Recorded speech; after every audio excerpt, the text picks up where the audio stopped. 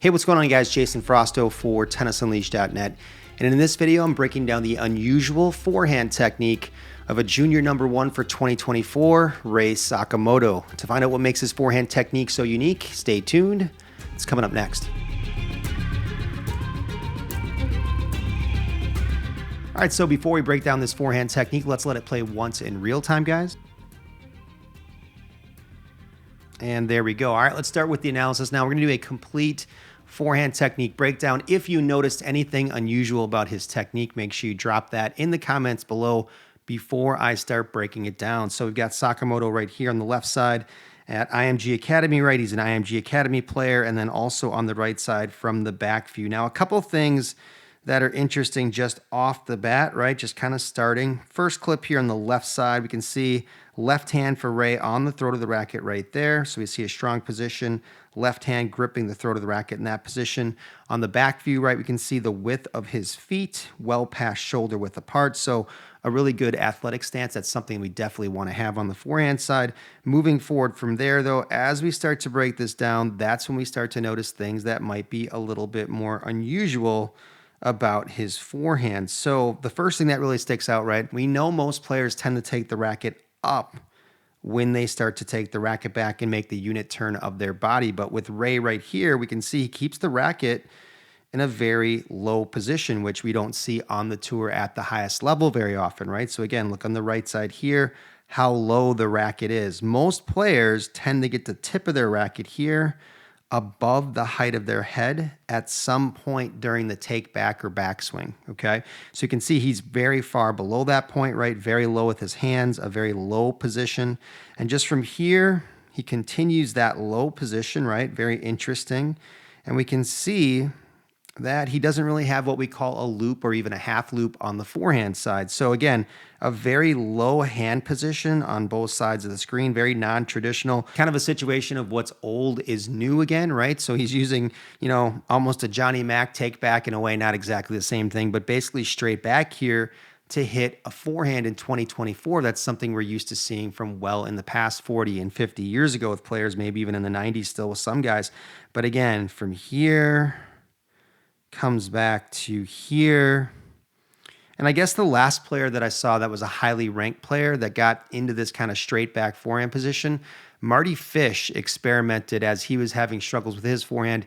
He experimented with a straight back forehand and was playing tournaments like that with a straight back forehand technique on his own forehand for a while and then went back to a loop later on. But he did use it in slams. I remember Australian Open, Fish definitely used a straight back forehand for some matches that he played. So he experimented with it in simplifying his technique as well. But we see Sakamoto here, straight back essentially, right? You could argue a little bit that the clip on the left right here, right? If we look at his hands here, let's make that line.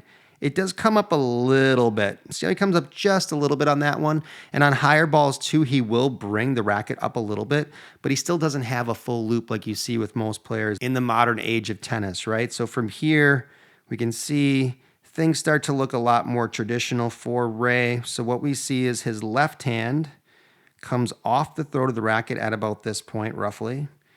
And then from here, as he continues to turn his body, you can see his chest is pointed to the side, belly button pointed off to the side, semi-open stance here on the right, and also a semi-open or open stance here on the left side. And then his left arm, right, provides a little bit of balance here and spacing, the non-hitting arm.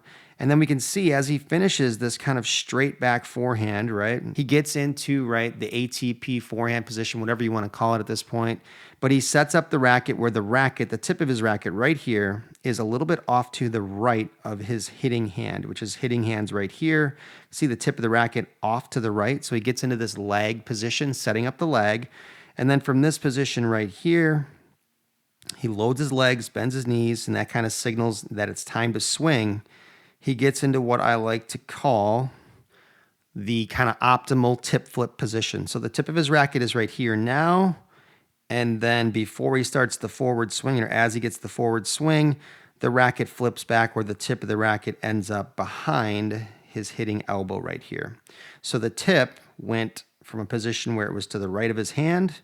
And then from there, the tip flips back behind the elbow, getting and establishing that forehand racket leg that everybody wants, right? So he does a good job of continuing to get the racket leg right in that tip flip position and that stretch and that leg on the forehand side. And now from here, we're going to come forward to contact, right? We can see in the contact position, right, a lot of really good things from Rei. So he shifted his weight forward here on the right side of the screen. We got a nice shift forward in the body weight.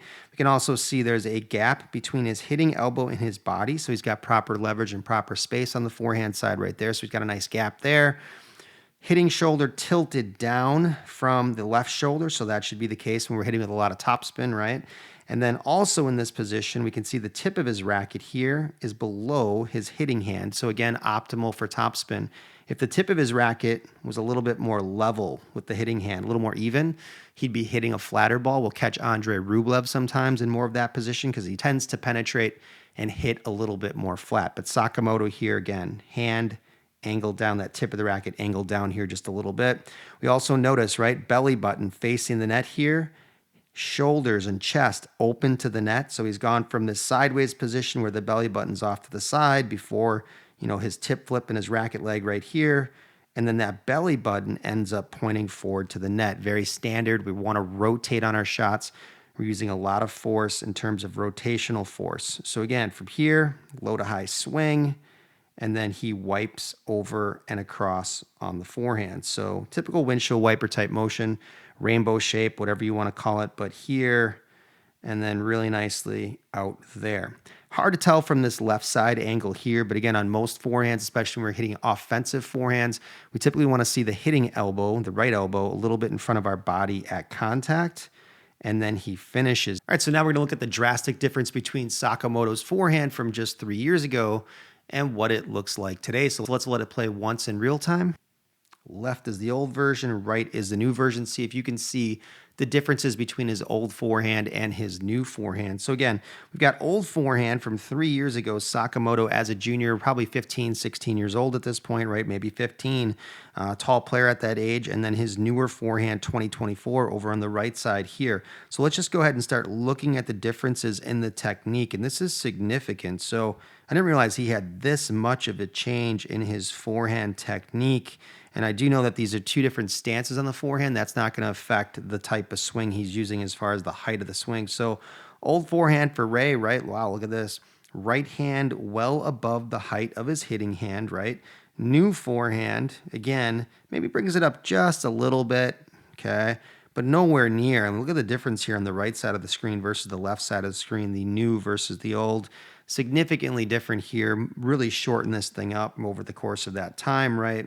And wow, look at again, the height of the racket head. We talked about this before, how most players typically have the height of the racket head a little bit above their own head. Well, the size of his loop was so big, his right hand was about even with his head, and his racket head was well above his head, really, really high up. Giant swing for a guy like, that size especially. And then just from here, pretty big difference in how the racket comes back, right? He has that typical ATP style backswing now where he has the racket head here off to the right of his hitting hand, right? Before it's going to flip, tip flip from here, back behind this position right here. So it's going to flip like that, right? A relaxed wrist and arm position. And then he starts to rotate his body and pull that shoulder forward a little bit. But look at the old swing. No tip flip whatsoever. So the racket head, as it came down in the backswing with the old forehand, it didn't go off to the right of his hand, right? It's actually off to the left as he comes back into the drop position of the racket here. And then just from this position, it does end up behind the elbow. But the way that it ends up behind the elbow, right, there's not that flip, that snap, that lag on the forehand side. It's non-existent. He doesn't have it at all. So he was a good player at this point, right? Obviously a prospect, but the lag on the forehand was completely gone. So what might have inspired this forehand? Well, a few years back, I did a video on Yoshihito Nishioka, right? His forehand. Does that have anything to do with Sakamoto? No clue. Maybe it was inspired by that, or just kind of like trying to future-proof, his game for down the road when the game is even faster, and just saying, hey, the game's going to get faster. Maybe I need to have a swing on the forehand side that's a little bit more straight back, or maybe just felt more comfortable. I'm not sure what the reason is for the change, but that's a huge and significant change from here to what we have over here on the right side. It's not even close. Doesn't look like the same player in many ways. And then from here, again, he gets the tip flip right there, racket well behind the elbow while having that rubber band type forehand. And then from here, guys, we come forward to contact. Kind of a player that's a little bit jammed on his forehand in general. Tends to have the elbow a little close sometimes. The previous clip that I showed, he didn't have that spacing problem. But here on the right side, again, looks a little bit jammed, even though the t-shirt's a little bit baggy. And then just from that position right there, you can see on the right, much more of the windshield wiper type finish than on the left where he's kind of jammed as well. Really wipes over it nicely. But again, a huge change here. This is something that's done on purpose. This is not an accident. Somebody did this with him and said, hey, let's just try this style. A little more straight back and then still try to get this lag on the forehand side that you did not have before. So we'll shorten it up and we'll see what happens. To me, Sakamoto gets a lot of power on his forehand side. So it's a big weapon for him. It doesn't seem to be limiting him at this point. If he decides he wants to make that swing a little bit bigger in the future, he can, right? All right, guys, that wraps it up for this video analysis breakdown of Rei Sakamoto's forehand technique. If you found this video helpful or you feel like you learned something today, make sure you hit that like and subscribe button. I'm Jason Frausto for TennisUnleashed.net. I'll see you next time.